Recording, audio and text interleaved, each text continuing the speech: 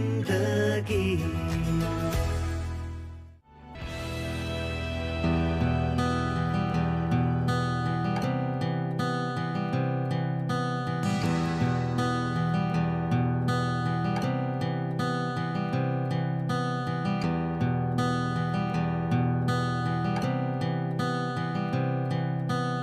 पता है, एक बार कम रेस्टोरेंट में क्या हुआ, एक आदमी बैठ के बियर पी रहा था, ग्लास पे ग्लास खत्म किए जा रहा था और एक औरत दूर बैठ के उसे ऑब्जर्व कर रही थी।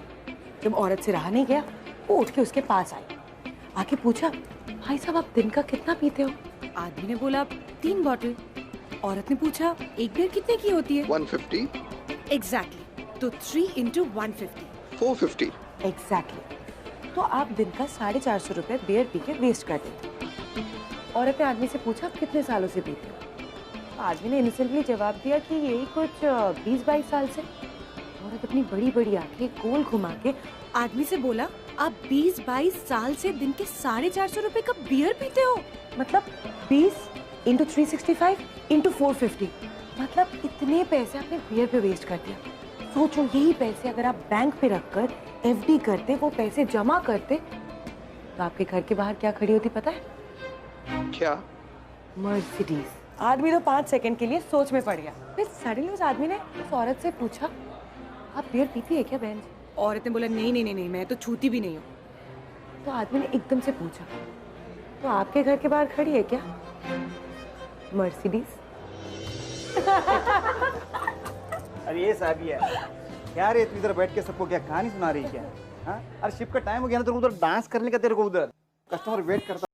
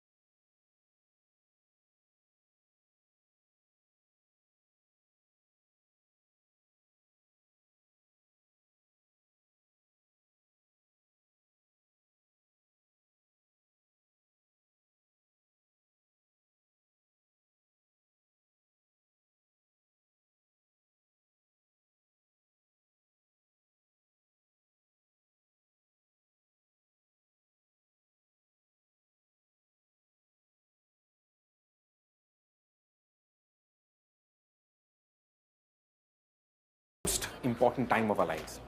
इनफैक्ट एक ऐसा टाइम जब हमें हमारे टैलेंट्स, हमारी ड्रीम्स की कदर होती है, हमें समझ में आता है कि हमारे टैलेंट्स क्या हैं। हेलो एवरीबॉडी, मैं हूं ऋत्विक धनजानी और आपका स्वागत है on this brand new show called age in. You know, जब मुझे रियलाइज हुआ था that I wanted to become an actor, मैं 15 साल का था, एंड बिलीव इट और नॉट, वो मेरा पहला कदम था, realization. I was lucky but not everybody is, क्योंकि कई सारे लोगों को तो रियलाइज भी नहीं होता कि उनका टैलेंट क्या है। फॉर एग्जाम्पल साबिया, जिसकी कहानी आज आप और हम देखेंगे। यू नो, वैसे तो वो पेशे से एक बार डांसर है, लेकिन दिल से उसे कहानियां सुनाना बहुत पसंद है। अब क्या वो अपने इस पैशन को पहचान पाती है या नहीं, ये तो मैं आपको दिखाना चाहता हूं। वेलकम।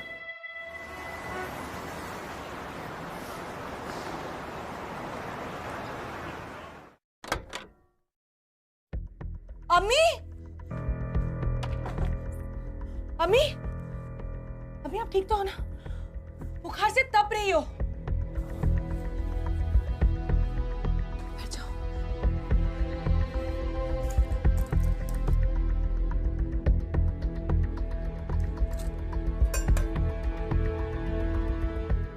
कितनी बार कहा है आपसे, घर का काम मत करो, दवाई ले लो। फिर आप मेरा कहा मानती कहाँ हो? क्या जरूरत थी ये सब खाना बनाने की? अच्छा बाबा, माफ करना, अगली बार नहीं करूंगी बस। माफी? किस बात की माफी? आप मेरी प्यारी अम्मी हो। बेटा, मैं तो तेरे लिए कुछ भी नहीं कर सकी। अम्मी, तेरी परवरिश भी ठीक से नहीं की, उल्टा तेरे सर पे बोझ बनकर बैठी हूँ मैं। अम्मी अब फिर से शुरू हो गई। अब बहुत हो गया, तू ये बार डांस का काम छोड़ दे और अच्छा सा कोई ढंग का काम पकड़। अच्छा सा काम? 9th पास लड़की के लिए मार्केट में कोई अच्छा काम नहीं है। बहुत ढूंढा, आपको पता है ना। और अम्मी, मुझे मेरी हदें पता है। मैं बस वहाँ डांस ही करती हूँ, कोई गलत काम नहीं करती हूँ। लेकिन अकेली लड़की रात भर बाहर रहती है, और वो भी शराबियों के बीच में, मुझे नहीं अच्छा लगता। कब तक करेगी ये तू? मैं तुझ पे बोझ बनकर पड़ी हूँ, इसलिए तू करती है ये काम ही। अम्मी, ऐसी कोई बात नहीं है। आप कोई बोझ नहीं हो। रोज रोज ये कहना बंद कर दो। आपको ना कॉग्निटिव डिस्टॉर्शन की बीमारी है। या अल्लाह, फिर से शुरू हो गई तेरी अजीबोगरीब बीमारी के नाम। आपकी वजह से साइकोलॉजी पढ़ पढ़ के ये सारी बीमारियों का नाम मैं सीख चुकी हूँ। मेरी प्यारी अम्मी। मेरा नसीब ही खराब है। तेरे अब्बू जिंदा होते तो आज तेरे लिए कुछ ना कुछ।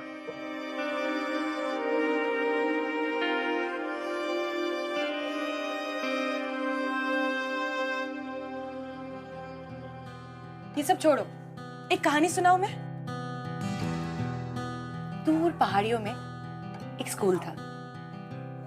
अब 3 बच्चे रोज रोज स्कूल जाके परेशान हो गए थे। उन लोगों को छुट्टी चाहिए थी, पर प्रिंसिपल जो था वो बहुत ही स्ट्रिक्ट था। कोई भी बच्चे को वो छुट्टी देता ही नहीं था। तो इन बच्चों ने रात भर सोच के उनके पास एक आइडिया आया। पता है आइडिया क्या था? बच्चों ने 3 बकरियों को पकड़ा। बकरियों पे 1, 2 और 4 लिख के रात को स्कूल में छोड़ दिया। अगले दिन बच्चे जब स्कूल पहुंचे तो बच्चों ने तो भागम दौड़ी शुरू कर दिया। पकड़ो पकड़ो पकड़ो पकड़ो पकड़ो, बकरी को पकड़ो, बकरी को पकड़ो। तो प्रिंसिपल ने सारे टीचर्स को बकरी को पकड़ने में लगा दिया। तो टीचर ने पूरे दिन ढूंढा और फाइनली 3 बकरियों को पकड़ा। तो पकड़ने के बाद उन लोगों ने नोटिस किया कि बकरियों पे 1, 2 और 4 लिखा हुआ है।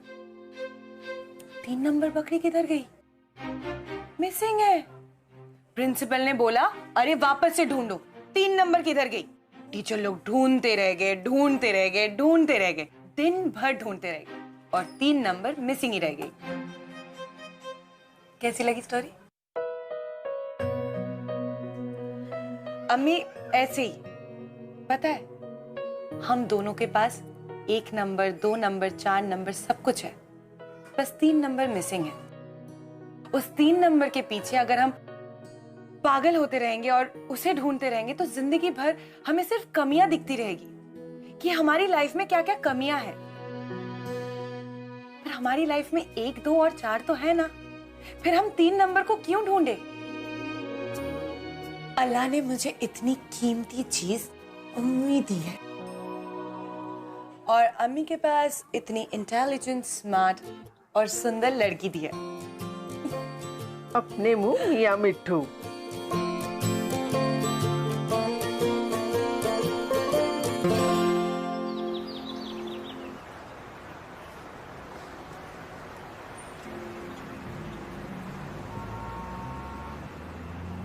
साबिया, पहले से ही तेरे सर पे घर का इतना सारा बोझ है। मेरी दवाइयाँ, घर के खर्चे, ऊपर से ये मेरी बीमारी का ऑपरेशन। अम्मी, कहाँ से आएंगे 10 लाख? आप इतना टेंशन क्यों ले रही है? मैं हूं ना, कोई ना कोई रास्ता जरूर निकल आएगा। आप बिल्कुल टेंशन मत लीजिए। हम क्यों ना लूं टेंशन? दिन रात तू काम करती है तब कहीं गुजारा होता है। अम्मी, तू क्या समझती है? तेरी परेशानियां मुझे दिखती नहीं है क्या? हाँ साबिया, मेरी बात मान। एक बार रफीक के पास चलते हैं, वो जरूर अपनी मदद करेगा। हाँ, एक बार जाएंगे ना बेटी? मेरी बात मानेगी ना? ठीक है, चलेंगे। अगर आप चाहती है तो हम रफीक के पास जाएंगे।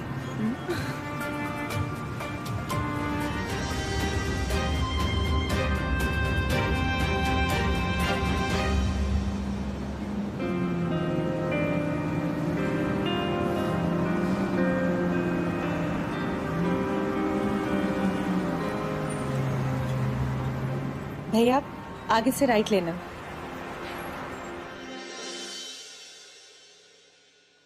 अम्मी शरबत लो ना आप। लो सबिया शरबत पियो। भाई मेरे पास जैसे जैसे पैसे आते रहेंगे ना, मैं आपको लौटाती जाऊंगी। बस मुझे थोड़ा सा टाइम चाहिए, पर अभी जितना भी हो सके आप पैसों की अरेंजमेंट कर दीजिए, क्योंकि अम्मी का ऑपरेशन बहुत जरूरी है। देखो सबिया, बात पैसे लौटाने की या ना लौटाने की है ही नहीं। ये मेरी भी अम्मी है, मेरा भी फर्ज बनता है कि इनके लिए कुछ करूं। लेकिन तुम जानती हो सबिया, तुम्हारी भाभी जान की तबीयत अक्सर खराब हो जाती है। आए दिन डॉक्टरों के पास में काफी पैसे लग जाते हैं। ऊपर से ये बच्चों सीधा बैठो, मस्ती मत करो। इन बच्चों की पढ़ाई लिखाई में और स्कूल वाले आए दिन कुछ ना कुछ डिमांड करते रहते। हाल फिलहाल फैक्ट्री में भी 10 लाख रुपए का नुकसान हुआ। सबिया कोई यकीन भी नहीं मानेगा, लेकिन मेरा दिल ही जानता है कि मैं कितनी तकलीफ में हूँ। दिख रहा है, ये नया टीवी सब कुछ बता रहा है आप कितनी परेशानी में है। अरे ये तो तुम्हारी भाभी जिद कर बैठी कि फैमिली बड़ी हो रही है तो टीवी भी बड़ा चाहिए। उसने खाना पीना भी छोड़ दिया था, तो मैं मजबूरी में आकर मुझे। मजबूरी? कौन सी मजबूरी है भैया? आपको ना पैसे की भूख है, लालच है आपको डॉक्टर की जरूरत है। यू आर मेंटली सिक। ये अपनी फर्जी डॉक्टरी मुझ पर मत झाड़, समझी? अम्मी चलो यहाँ से, हमारी गलती थी, हमें यहाँ आना ही नहीं चाहिए था। चलो मम्मी। अम्मी, थैंक यू सो मच भैया। चलो अम्मी मेरी बात तो सुनो। अम्मी चलो। अम्मी,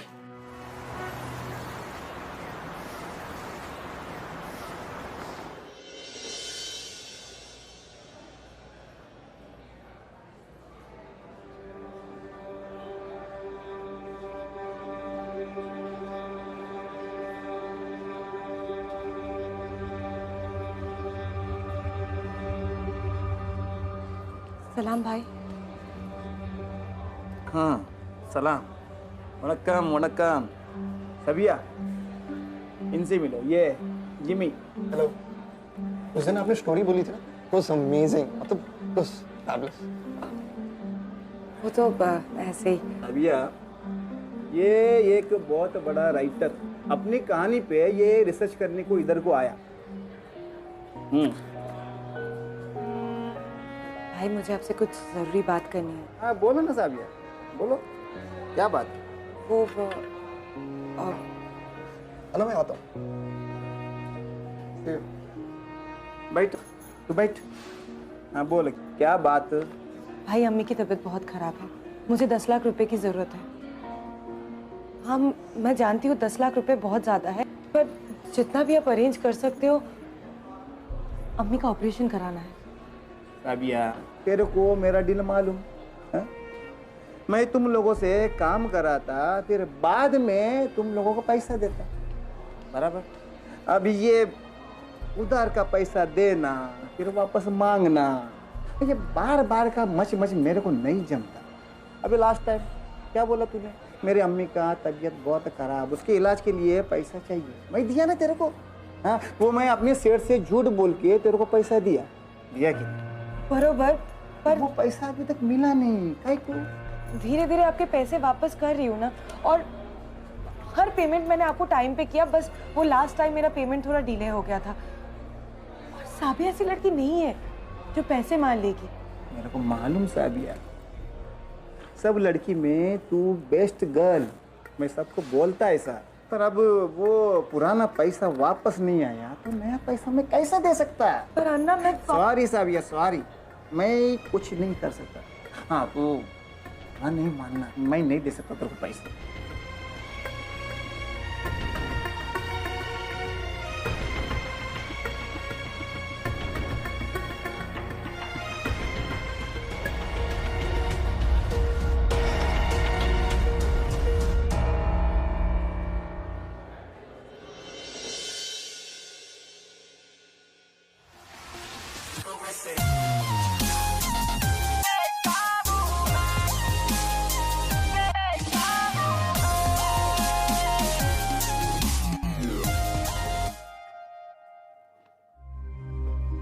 जा रही है? हाँ, बाय।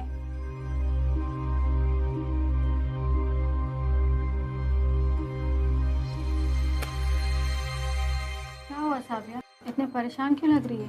तुझे पता है ना अम्मी की तबीयत कितनी खराब है और इतने कम पैसे में मैं क्या करूंगी। साबिया एक बात बोलो, इस चिल्लर विल्लर से तेरी मम्मी के इलाज के पैसों का जुगाड़ नहीं होने वाला, समझी? पता है मुझे। तो फिर क्या सोचा तुमने? अब तो कुछ छोटे छोटे बच्चों को ट्यूशन दे रही हो पर उससे भी बहुत कम पैसे मिल रहे हैं। पता नहीं यार। साबिया, तू अपनी खोली भाड़े पर देगी? पागल है क्या? अम्मी और मैं कहाँ जाएंगे? साबिया, मेरा वो मतलब नहीं था। मेरा मतलब ये घंटे के हिसाब से तू अपनी खोली भाड़े पर देगी। मतलब हम अपने कस्टमर्स तेरी खोली पर लेके आएंगे तो घंटे के हिसाब से पैसे ले लियो, बस तेरी इनकम चालू और अम्मी का इलाज जल्दी से हो जाएगा। पर आस पड़ोसी अगर ऑब्जेक्शन किए तो? तू कौन सा पड़ोसी क्या लेके जा रही है हमें? तेरी खोली तेरी मर्जी, वो कौन होते उंगली करने वाले? अब इतना मत सोच। लेकिन एक बात बता, पर घंटे कितना मिलता है? वैसे तो 100-150 रुपए मिलता है, पर हम तेरे लिए खास कर 200-250 का इंतजाम कर ही लेंगे। मतलब महीने का 6000? हाँ जाने मैम, और ये तो एक बार का है। हमारे 2-3 राउंड तो रखते रहते हैं, इससे ही तो हमारा चूल्हा चलता है। सोच कितना माल आने वाला है तेरे पास साबिया सेठ।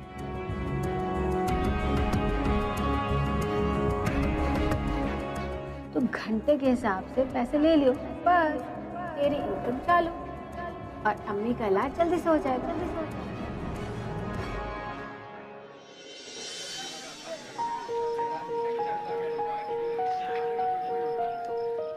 खुदा कसम, मुझे ये सब चीज पसंद नहीं है।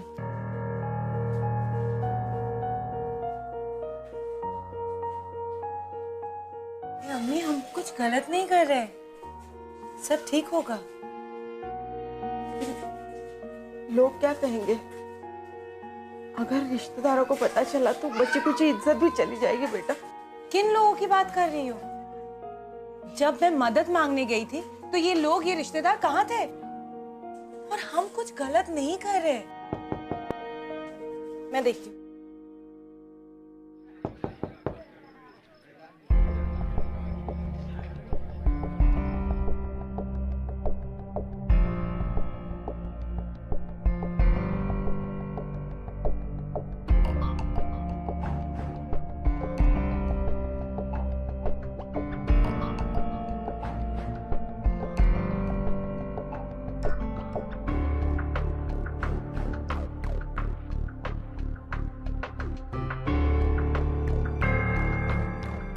कौन है रे?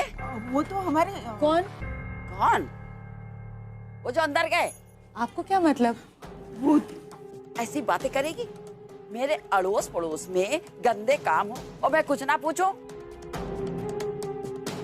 जरा इस मैडम के तेवर तो देखो। हमारा घर है, हमारे लोग हैं। आपको क्या प्रॉब्लम हो रही है?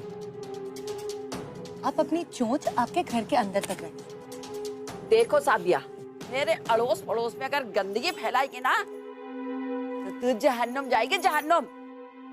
साथ में अपनी बूढ़ी माँ को भी ले जाएगी, समझी? जहन्नुम? पागल हो गई है ये।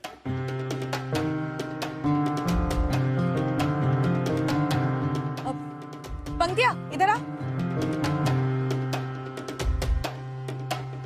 अच्छा किसको पता है जो अंकल चांद पे गए थे उनका नाम क्या है? Neil Armstrong. नील आर्मस्ट्रॉन्ग, तो इंटेलिजेंट, इसको पता है।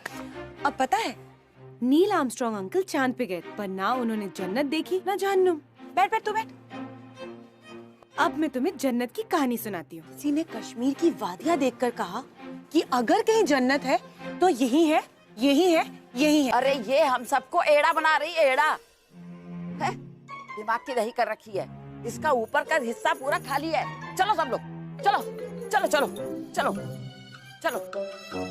सोबिया दीदी लोग ऑफ होके कश्मीर चले जाते हैं क्या? लोग ऑफ होने के बाद ना कश्मीर जाते हैं, ना ऊपर जाते हैं, ना नीचे जाते हैं, बस आगे पीछे होते रहते हैं टाइम में।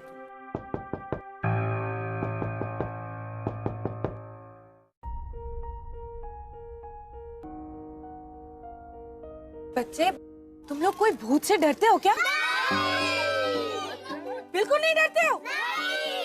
अरे बाप रे, इतने बहादुर बच्चे। चलो फिर मैं तुम लोगों को भूत की कहानी सुनाती हूँ। एक बार एक जंगल में भूत आ गया था और पता है किसी को दिखा भी नहीं। भूत लोग ना दिखते नहीं है, बस आ जाते हैं और फिर चोरी छुपे आवाज करते हैं। भूत आया है क्या? भूत! भागो भागो!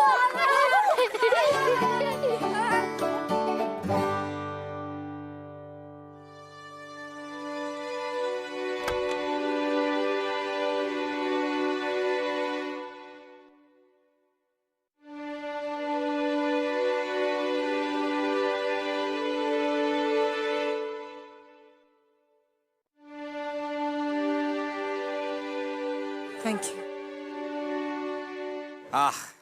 Close call. उस दिन तो साबिया ने जैसे तैसे अपनी कहानी सुनाने की स्किल को यूज करके अपने पड़ोसियों की बात को टाल दिया। बट कब तक? कुछ दिन बाद जब उसके पड़ोसी वापस आए और उसे घर से बाहर निकाल देने की धमकी दी, दैट्स व्हेन शी रियलाइज्ड और उसने अपनी खोली रेंट पर देना बंद कर दी। Now what would she do? उसके पास पैसे कमाने का और कोई तरीका ही नहीं बचा था। एंड ऑनेस्टली एक तरफ उसे अपनी मॉम के लिए स्ट्रांग रहना था, she had to pretend, but वो अंदर ही अंदर खोखली होती जा रही थी, you know, she was losing herself.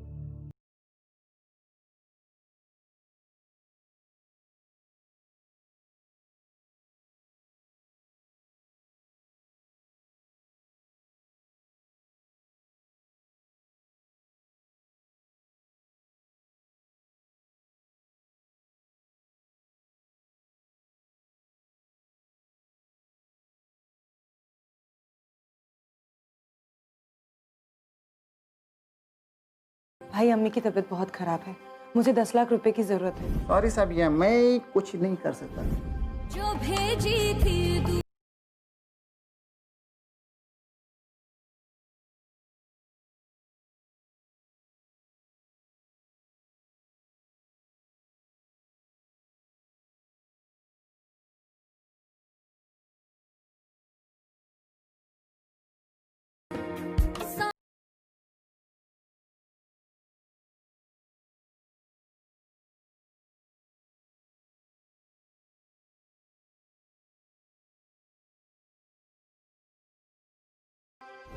इस चिल्लर विल्लर से तेरी मम्मी के इलाज के पैसों का जुगाड़ नहीं होने वाला।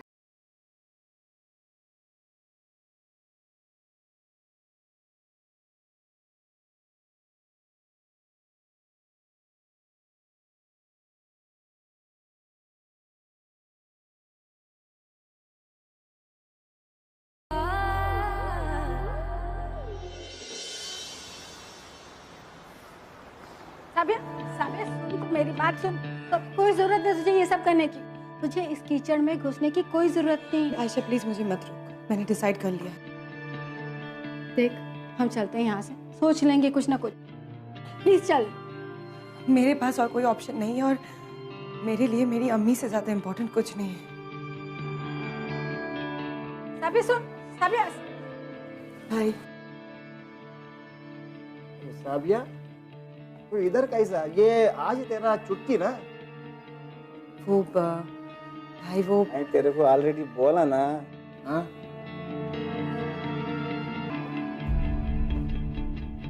भाई मुझे पैसे नहीं चाहिए,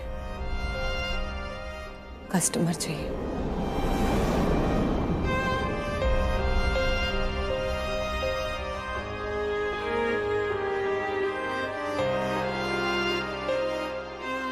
देख साबिया, वैसे मैं किसी भी नई लड़की को भाव नहीं देता, पर तेरे पे मैं भरोसा कर सकता। एक कस्टमर है, तेरे को मैं तेरे मोबाइल पे एड्रेस सेंड कर।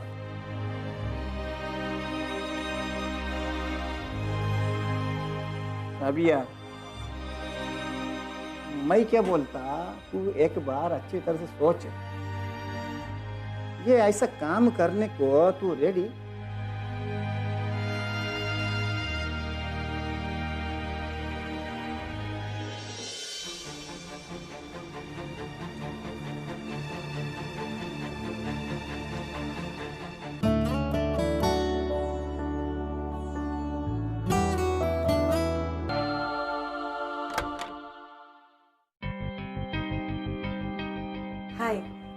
I'm Sab. Priya.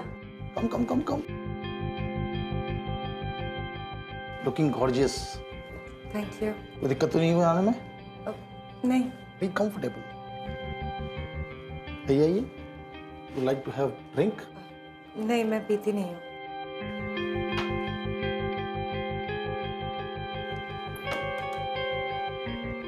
पानी गर्म है, शावर ले लीजिए.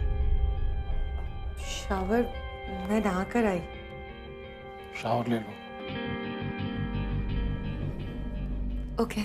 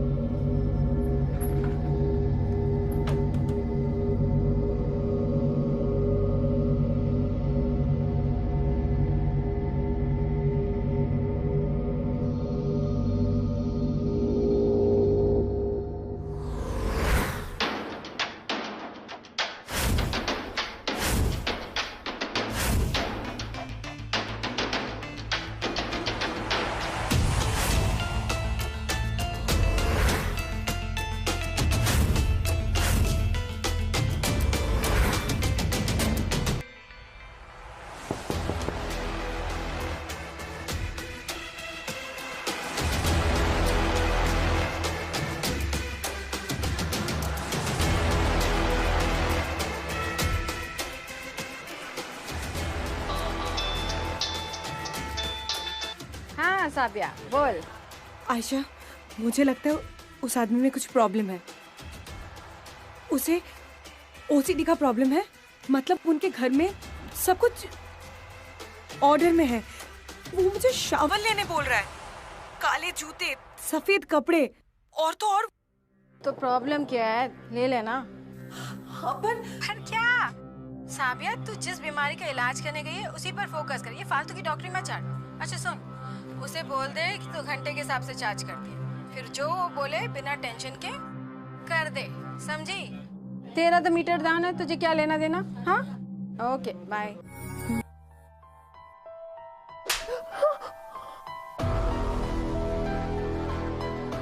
ड्रिंक अपने लिए.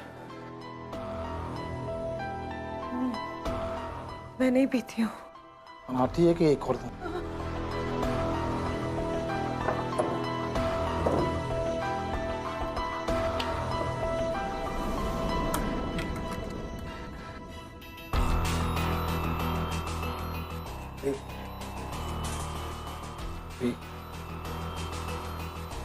ये कि दूं एक?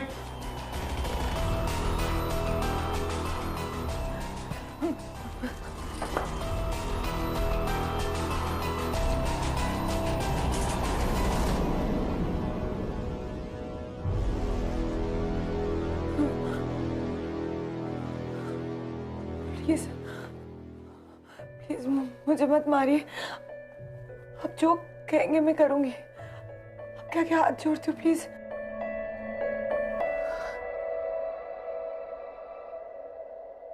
वैसे मैं पहले पीती थी. वो क्या है ना, लास्ट 1 साल से पीना छोड़ दिया. वैसे आपने लैम कॉर्डन की कहानी सुनी है क्या? कौन लैम कॉर्डन? बहुत फेमस था हांगकांग में. आप नहीं जानते हो? नहीं. पता है, उसे लगता था कि औरतों की वजह से आदमी बर्बाद होते हैं,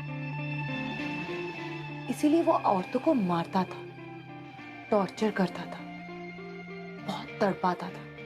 उसे नशा चढ़ गया था औरतों को तड़पाने का. Enough. अरे वो सीरियल किलर था. वैसे लोग कहते हैं कि वो बचपन में एकदम नॉर्मल था. बाकी बच्चों की तरह स्कूल जाता था. उसके कई सारे दोस्त भी थे, लड़कियां दोस्त भी थी. पर एक बार अचानक से वो बहुत बुरी तरीके से एक लड़की को मारने लग गया. वो भी इसलिए क्योंकि वो लड़की उसे छोड़ के किसी और लड़के के साथ खेलने चली गई. वो सच अ सिंपल रीजन. उसके सारे दोस्तों ने उसके साथ बात करना बंद कर दिया और वो बिल्कुल अकेले रहने लग गया. फिर धीरे धीरे वो कोल्ड ब्लडेड मर्डरर बन गया. एक नॉर्मल लड़का देखते ही देखते सीरियल किलर बन गया. स्ट्रेंज, कुछ तो वजह होगी. तुम्हें क्या लगता है? मुझे ऐसा लगता है कि शायद किसी औरत ने या किसी लड़की ने उसके साथ बहुत बुरा किया होगा, नहीं तो सडनली एक नॉर्मल इंसान सीरियल किलर बन गया। स्ट्रेंज। कोई क्यों ऐसा करेगा? शायद उसकी कोई फ्रेंड, उसकी कोई गर्लफ्रेंड, उसकी कोई दोस्त। माँ? माँ? माँ क्यों? क्वेश्चन मत करो। Hello sir. Give it to me, give it to me. Sir मैं सब कर। अरे गिव इट टू मी। ठीक है सर, आप ये साइन कर दीजिए।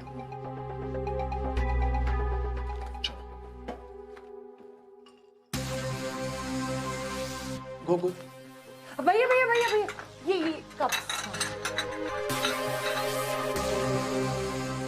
वो गंदे थे ना, इसीलिए।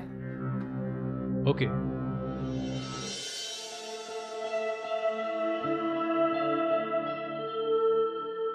ये मत सोचना कि तो बच जाएगी। बचना होता तो यहाँ नहीं आती। माँ, आप कह रहे थे ना माँ, मतलब उसकी मम्मी में कोई तो प्रॉब्लम होगी, नहीं तो कोई माँ अपने बच्चे के साथ ऐसे कैसे कर सकती है? शायद वो एनएम होगी। एनएम? हाँ, नार्सिसिस्ट मदर। आपको नहीं पता? नो। अरे नार्सिसिस्ट मदर्स ऐसी होती है जो अपने बच्चों को बहुत टॉर्चर करती है, अपने बच्चों की जिंदगी एग्जैक्टली वैसे ही कंट्रोल करती है जो वो चाहती है, जो उसकी जरूरत है। शायद उसकी मम्मी ने भी ऐसा ही कुछ किया होगा, जो सडनली वो एक नॉर्मल इंसान से सीरियल किलर बन गया।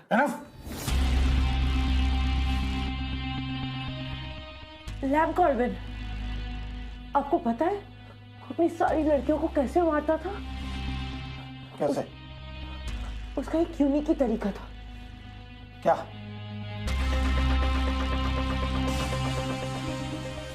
वो अपनी सारी लड़कियों से कोई ना कोई चीज निकाल के रख लेता था।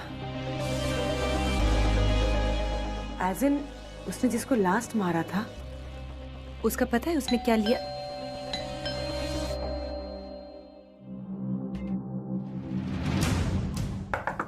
Mr. Kumar? Mr. Kumar? Who is this? Sir, this is manager. Could you please open the door? Why? Sir, this is emergency. Hotel में आग लगी है। आप लोग प्लीज जल्द से जल्द बाहर आ जाइए। प्लीज चलिए sir. Ma'am please hurry up. Hotel में कहीं आग लगी है। हमें पूरी बिल्डिंग खाली करवानी है। प्लीज आप जल्द से जल्द नीचे आ जाइए। चलिए सर। My God! एक सेकंड। आप लोग सिर्फ हमें इवैक्यूएट करवा रहे हैं? जी नहीं सर, ये सबके लिए है। और इसलिए क्योंकि बाकी सब कस्टमर ऐसा ना सोचे कि रेगुलर फायर वर्क है। Let's run! आग लगी है। प्लीज प्लीज Oh चलिए। my God! आग लगी। Come, run fast.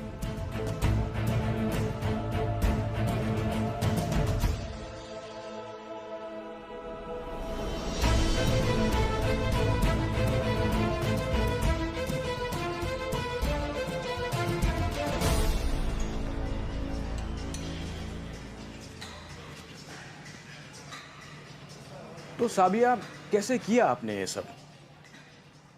मुझे तो आइडिया ही नहीं था कि वो कोई सीरियल किलर है। मैं जब वहां पहुंची तो उसकी वो अजीब और गरीब हरकतें देख के मैं डर गई, घबरा गई। मुझे बस अपने आप को बचाना था और इसीलिए मैंने ये सारा ड्रामा क्रिएट किया। वाकई बहुत हिम्मत वाली हैं आप साबिया। वैसे एग्जैक्टली उस रात को क्या क्या हुआ था, क्या आप हमें थोड़ा डिटेल में बता सकती हैं? उस रात को वो पहले मुझे मारने लगा, सडनली, विदाउट एनी रीजन। वो मुझे पीने के लिए फोर्स करने लगा। तो जब मुझे पता चला कि मेरे पास और कोई ऑप्शन नहीं है, मैं ड्रामा क्रिएट करने लग गई उसके साथ। तो मैं उसे एक सीरियल किलर की कहानी बताने लग गई। वैसे आपने लैम कॉर्बिन की कहानी सुनी है क्या? कौन लैम कॉर्बिन? और सडनली बोला कि मुझे और आइस चाहिए। थोड़ी आइस मिलेगी?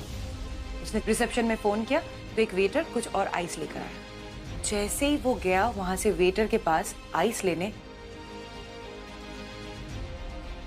मेरे पास ज्यादा टाइम नहीं था। मैंने एक चिट में बॉम्ब लिखा। वहां पे 2 कप्स और ट्रेज पड़े थे, तो मैंने एक कप के नीचे रखा और वेटर के हाथ दे दी। वेटर ने शायद वो चिट देखा और मैनेजर को दिखाया। सर क्या हुआ? ये पर्ची में बॉम्ब लिखा हुआ है, वहाँ 430 से लेकर आया हूँ। चलो। मैनेजर को सच में लगा कि कोई बॉम्ब है। मैनेजर ने पुलिस को इमीडिएटली फोन किया और हमारे रूम में आए और बोला कि होटल में आग लग गई। हम भागे वहां से। सारे गेस्ट जब भाग रहे थे तो पुलिस ने देखा कि वो सीरियल किलर भी उन गेस्ट में मौजूद था एंड ही गॉट अरेस्टेड। यही मेरी कहानी थी। अल्लाह ने मुझे बचा लिया। थैंक यू साबिया।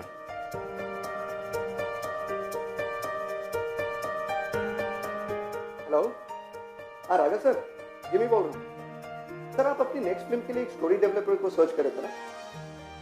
हाय, हाँ sir, I have something great to share with you. Can I come and meet you today? हाँ, I will be there. Half an hour sir, Max. Alright sir. Sir अब कहानी में एक बहुत बड़ा ट्विस्ट आता है और वो ट्विस्ट ये है कि मयंक एंड प्रीति जो कि ऑलरेडी रिलेशन में है, लेकिन इस इवेंट के बाद मयंक प्रीति से ब्रेकअप कर लेता है। Now we move towards our 5th stage, that is climax scene, जहां पर जाकर हमें 20 मिनट का टाइम चाहिए, हम कुछ डिस्कस करना चाहते हैं। Okay, thank you.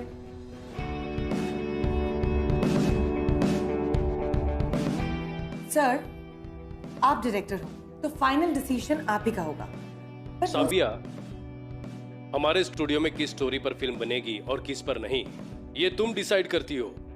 2 time national award winner हो तुम ही स्क्रिप्ट को लिख डालो यार, कम ऑन। नहीं सर, मैं ऐसी कहानी लिखना ही नहीं चाहती हूँ। आजकल के जितने भी स्टोरी टेलर्स हैं, वो सिर्फ सिटी लाइफ पे कॉन्सेंट्रेट कर रहे हैं। असली कहानी तो गांव में है। लाइक जो सोल मिलता है ना गांव में, वो सिटी में कहीं नहीं है। आपने वो कहानी सुनी है प्रिया और टैटुआ की? नो। मैं सुनाती हूँ, बहुत ही इंटरेस्टिंग कहानी है। तो क्या होता है, प्रिया और टैटुआ बिहार के गांव से है, एक दूसरे से बहुत प्यार करते थे। और टैटुआ का नाम टैटुआ क्यों है पता है? क्योंकि उसको टैटूज बनाने का बहुत शौक था। उसे पूरे शरीर में टैटू बना रखा था। तो एक दिन क्या होता है, टैटुआ चल के कोई नदी के पास जा रहा और दूर से उसे दिख रहा था कि कोई उसकी तरफ भागती हुई आ रही है। तो भागती हुई वो प्रिया आ रही थी।